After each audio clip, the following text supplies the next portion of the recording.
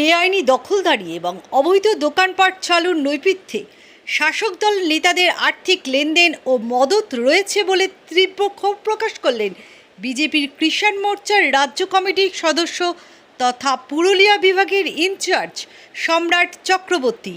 বৃহস্পতিবার কলকাতা প্রেস ক্লাবে আয়োজিত একটি সাংবাদিক সম্মেলনে তিনি অভিযোগ করেন, দীর্ঘদিন ধরে রাজনৈতিক প্রশ্রয় এবং মোটা টাকার বিনিময়ে রাজ্যের বিভিন্ন জায়গায় এই ধরনের অবৈধ কারবার চালানো হচ্ছে। এর ফলে সাধারণ মানুষ যেমন চরম সমস্যার পড়েছেন, তেমনি বিঘ্নিত হচ্ছে প্রশাসনিক শৃঙ্খলাও। সম্রাট চক্রবর্তী স্পষ্ট ভাষায় জানান, বিজেপি কোনো অবস্থাতেই নিয়মের বাইরে কোনো কাজকে সমর্থন করে না। বেআইনি দখল বা অবৈধ নির্মাণ যেখানেই হোক না কেন, প্রশাসনের উচিত আইনের পথ মেনে কঠোর ব্যবস্থা নেওয়া। আইন অমান্যকারীদের বিরুদ্ধে ইতিমধ্যে প্রশাসনিক পদক্ষেপ শুরু হয়েছে।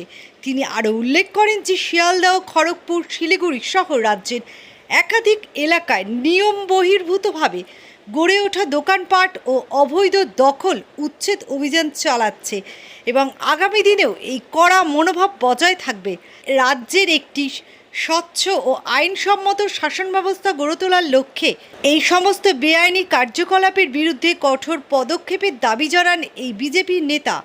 আমরা সরকারে আসার অনেক আগে থেকেই বলেছিলাম, বাংলার মা বোনেদের সুরক্ষা, বাংলার চাষিদের উন্নতি এবং শিক্ষক শিক্ষার্থী যাদের দাবি ছিল তাদের ডিএ, তাদের প্রাপ্য চাকরি ফেরত, কর্মসংস্থান, যা যা কথা দেওয়া হয়েছে 4 মে থেকে 4 জুন এই 30 দিনের অগ্রগতিতেই আমরা অনেকাংশে কথা রাখার পথে এগিয়ে চলেছি এবং মাননীয় মুখ্যমন্ত্রী শুভেন্দু অধিকারীর নেতৃত্বে কাঁথি থেকে কুচবিহার বাংলার মানুষ বুঝতে পারছেন কেন বিজেপি সরকার অনেক আগেই প্রয়োজন ছিল। আমরা কাজের কথা বলেছি, কাজের মাধ্যমে মানুষের কাছে আমরা নিজেদের তুলে ধরি। একদম ঠিক কথা। বুলডোজার এই মুহূর্তে গোটা ভারতবর্ষে নিয়ম বিরুদ্ধ কাজের জন্য সরকারের সব থেকে বড় প্রতীক। বুলডোজার চলছে সেখানেই যেখানে বেনিয়ম হয়েছে। আপনারা ইতিমধ্যেই দেখছেন, খড়গপুর, শিলিগুড়ি থেকে শুরু করে শিয়ালদা, এই রাজ্যের বড় বড় রেল স্টেশনগুলোতে দীর্ঘদিন ধরে তৃণমূলের বিভিন্ন নেতাকে তোলা দিয়ে অবৈধ যে দোকানগুলো চলতো সেগুলো রেলের কর্তৃপক্ষ বাধ্যতামূলক, যেটা এতদিন ভাঙতে পারছিলেন না, বুলডোজার চালিয়ে সেগুলো ভাঙছেন। আর এখানে ছদ্ম রাজনীতি যারা করছেন, যে গরিবের পেটে লাথি নামার একটা যে ট্যাগলাইন তথাকথিত বামপন্থীরা বলে এবং তোলাবাজদের প্রিয় তৃণমূল নেতাদের দিয়ে এগুলো বলানো হচ্ছে, আমি তাদের একটা কথাই বলবো, আপনারা যখন সরকারে ছিলেন তখন এদের জন্য কিছু ভাবেননি। এখন বিজেপি সরকার আইনের পথে হেঁটে বুলডোজার চালিয়ে সঠিকভাবেই দোকান দেবে, অনুমোদন প্রাপ্ত দোকান দেবে। আপনাদের এই ছদ্ম কান্না বাংলার মানুষ আর ভুলবে না।